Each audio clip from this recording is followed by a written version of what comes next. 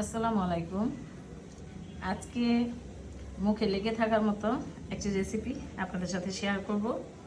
আশা করি ভালো লাগবে। ভালো লেগে থাকলে একটা লাইক, একটা কমেন্ট করবেন। ঝাল ঝাল ভর্তা রেসিপি, চেপা বলতে পারেন বা বাঁশপাতা বলতে পারেন। এটা হলো বাঁশপাতার চেপা ভর্তা রেসিপি।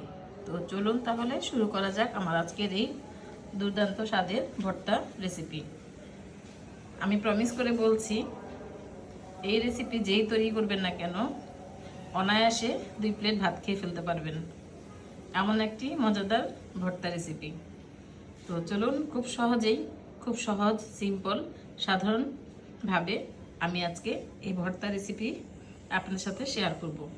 তো আমরা বলে থাকি এটাকে ভর্তা তেলে। তো চলুন শুরু করা যাক।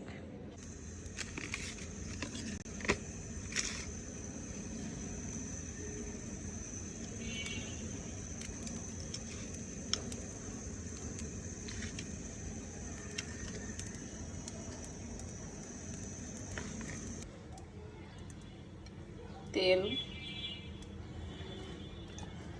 পরিমাণ মতো দিয়ে দিলাম।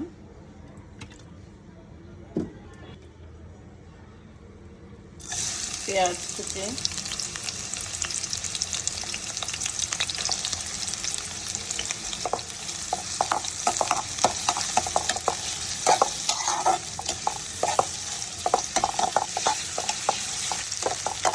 একটু ভেজে নিয়েছি। এখন দিয়ে দিব বেশ কিছুটা রসুন পেস্ট, 2 টেবিল চামচ। একটু ভেজে নিলাম। এখন দিয়ে দিব আগে থেকে শুটকিগুলি ধুয়ে রাখা। এটা হলো বাঁশপাতা শুটকি, বাঁশপাতা চেপা শুটকি। ভালো মতো ভেজে নেব। সামান্য পানি দিব।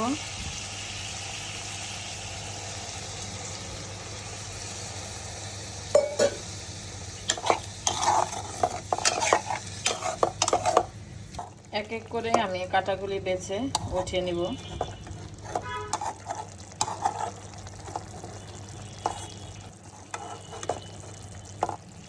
এক এক করে কাঁটাগুলি সব আমি উঠিয়ে নিয়েছি।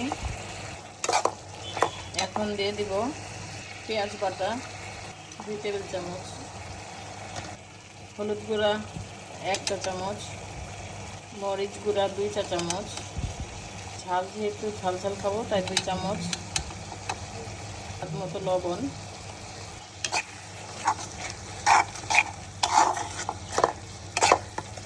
একটু ভালো মতো কষিয়ে নেব। সামান্য পানি দিব।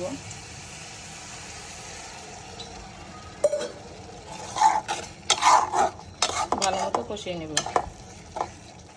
ঢাকনা দিয়ে দিলাম।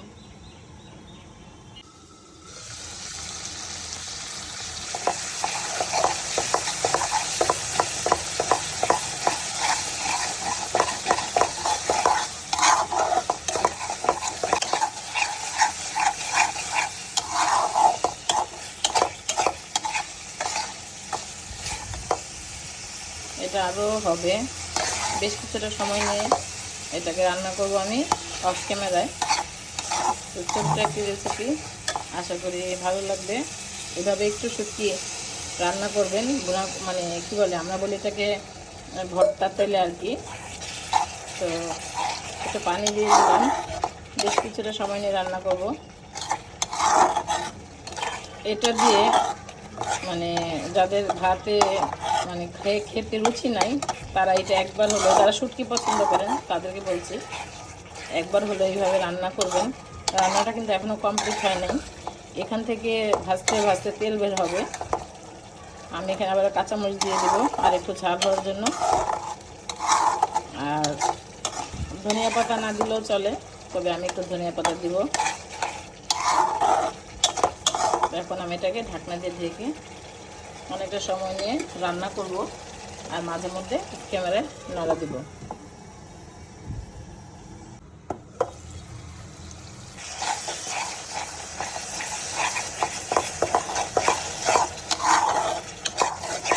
কাঁচামরিচ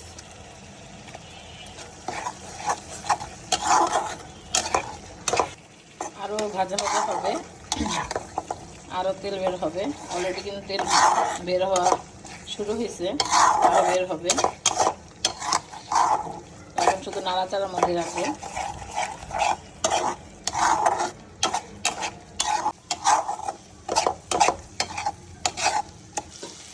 তৈরি হয়ে গেল ঝাল ঝাল মজাদার শুটকি বাগার বা ভর্তা তেলে, যে যেটাই বলেন না কেন। ফ্রেশ ফ্রেশ ধনিয়া পাতা একটু দিয়ে দিলাম।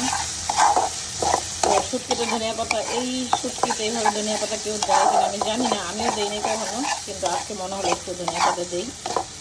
তো দেখতেই পাচ্ছেন শুটকিটা কিন্তু শুকিয়ে গেছে, কড়াই থেকে মানে সরে সরে আসতেছে, তার মানে আমার শুটকিটা হয়ে গেছে। তো আমি নামিয়ে আপনাদেরকে একটু পরিবেশন করে দেখাচ্ছি। তো অনুরোধ করছি একবার হলেও এইভাবে শুটকিটা ভুনা করে খাবেন, যারা শুটকি বাগার খাননি তাদেরকে বলছি। তো চলুন আমি পরিবেশন করে আপনার সঙ্গে শেয়ার করছি। এই তো তৈরি হয়ে গেল আমার শুটকি ভুনা। আজকের মতো বিদায়, আল্লাহ হাফেজ, আসসালামু আলাইকুম।